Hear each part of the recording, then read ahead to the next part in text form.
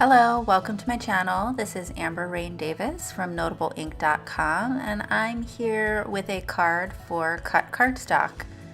Today I'm going to be using Copic markers on a metallic cardstock. This cardstock is from Curious Metallic, and it's also slightly colored. So this is in the aloe color. This is a technique that's new to me. I've never tried it before, but I was so glad that I decided to videotape it. So we'll go ahead and get started. This is a Stamping Bella stamp. This is the Don't Talk to Me Before Coffee stamp set, which I just love. This little lady has such a trendy look to her, and I felt like this card came out so clean and simple. I really loved how it ended up. So I'm starting off with some reds here. This is R12, R14, and R17. And I'm just filling in her pants. I'm doing some simple coloring. As I said, this is a metallic cardstock, so it is not as absorbent as your normal just plain cotton paper. Like if you're used to using Nina, this is not as absorbent because it's somewhat of a coated surface.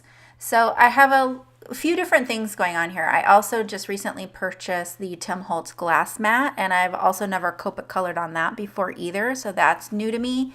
So I'm going to be talking about some tips with that because I did find I needed to change my technique as a result of coloring on the glass mat as well. So I'm just going in with my lightest. Typically I color lightest to darkest when I color on regular cotton cardstock, and I usually do 2 coats of the lightest color before I bring in my darkest shades, my mid-tone and my darkest, because I find that I get a better blend that way. With these cardstocks that are slightly coated, I found I needed to use less ink. So I went in, because I'd never done it before, I went in with my normal technique of lightest to darkest, and then I start to change my technique just a little bit as I get further into the card. I find that I don't need as much of a coat of the lightest, and so I just put very little ink here. This is a Y32, and for this shirt I'm just going to do a 2-color blend.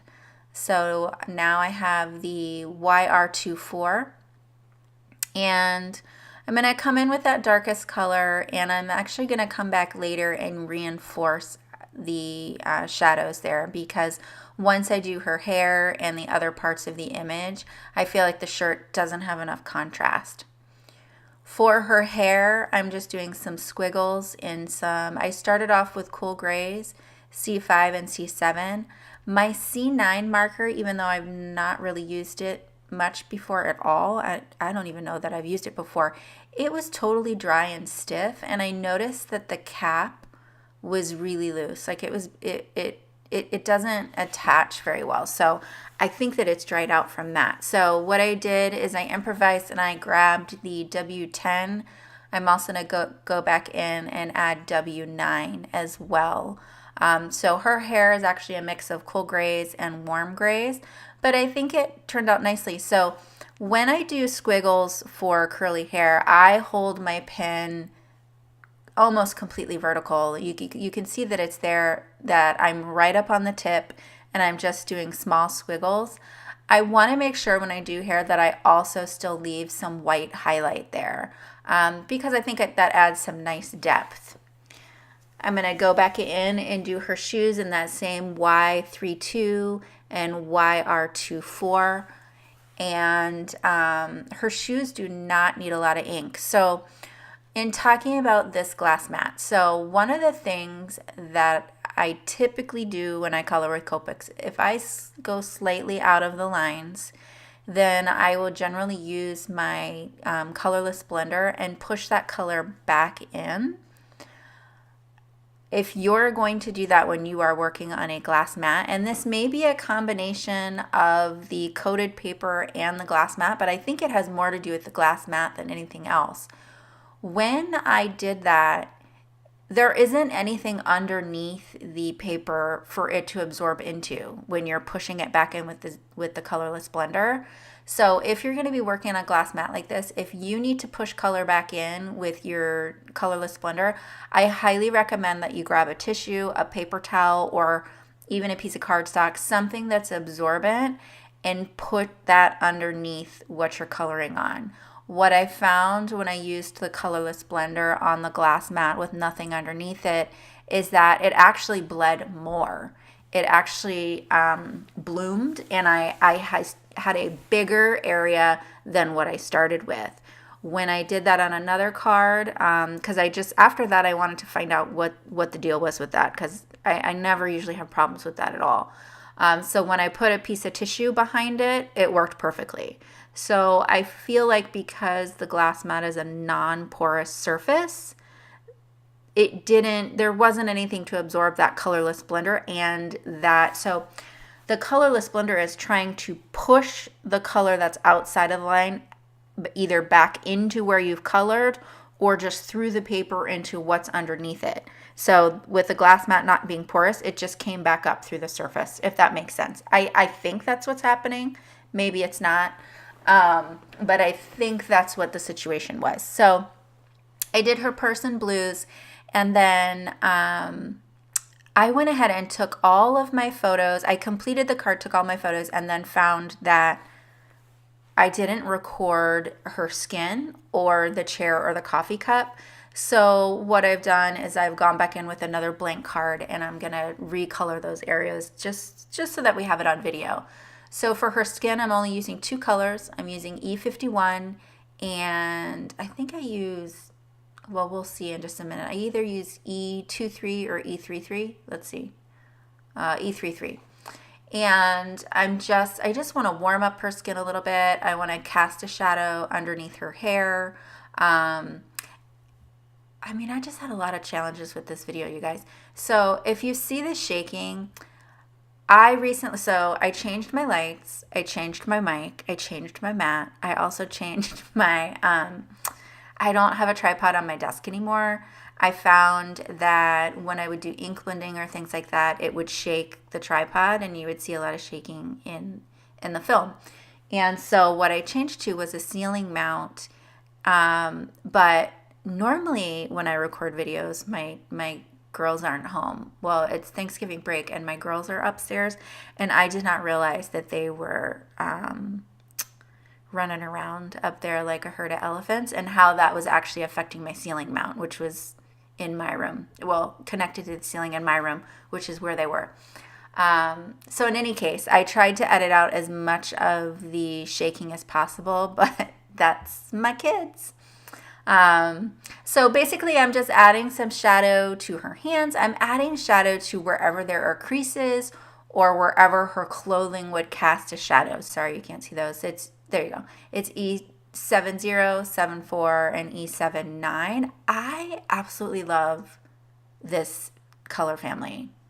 It is one of my favorites. I don't use it very often. I actually used it on a Lawn Fawn Deer recently, and I just love it. It's such a great color. It's kind of like a taupey purple. I don't know. It's a really nice neutral. I just think it's beautiful. So again, I went in with my lightest color and then went straight to my darkest. Again, I'm realizing I kind of have to change things up a little bit. This is a paper where if you wanted to try the other technique, if you're a light to dark Copic color and you want to try the dark to light technique, this would be a great paper to try that on. Did you see that jitter right there? So after I took all my photos, I realized that I didn't have the video footage there, so I hadn't eaten. I probably should have. I guess that's low blood sugar.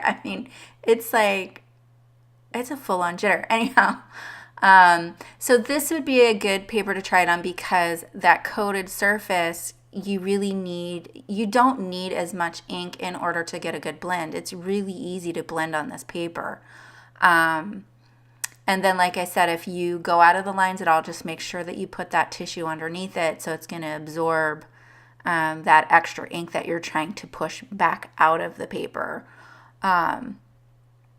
So I'm just trying to blend. So basically, same kind of thing. I'm just putting my shadows. I don't follow a light source strictly. I really think about what makes sense, where the shadows would be. So I know that her legs would cast a shadow on the chair and on the legs of the chair. So I kind of just put my shadows that way. It hurts my brain a little bit to try and get really realistic shadows based on a specific light source. So I just do it that way, and I think things turn out pretty well. So here I'm just going to show I had gone through the whole card, and that's it all put together. So this really was just an exercise for me to find out what happens when you use Copics on different types of paper. So for this instance, it was the Curious Metallic Aloe paper. So two things here. It's a coated metallic surface and it's a color. So I had never Copic colored on anything other than white, and I think it's fantastic. I love how it looks, especially when it's matted with the white. I think this is such a clean and simple card. I didn't even add shadows around it, which you definitely could do, but I feel like this is kind of just a clean and simple, trendy looking card, and even though she's floating out there in space, I really love how it turned out. And I hope you do too. I hope this is a technique that you give a try. I'll link a couple more Copic videos at the end here. As always, products are listed below. If you like this video, please hit the like button and subscribe. You can also find me on Instagram and Facebook at Notable Ink. Instagram is where I post all of my cards, even the ones that I don't do videos for. And I also do my giveaways on Instagram as well. Thank you so much for stopping by, and have a great day.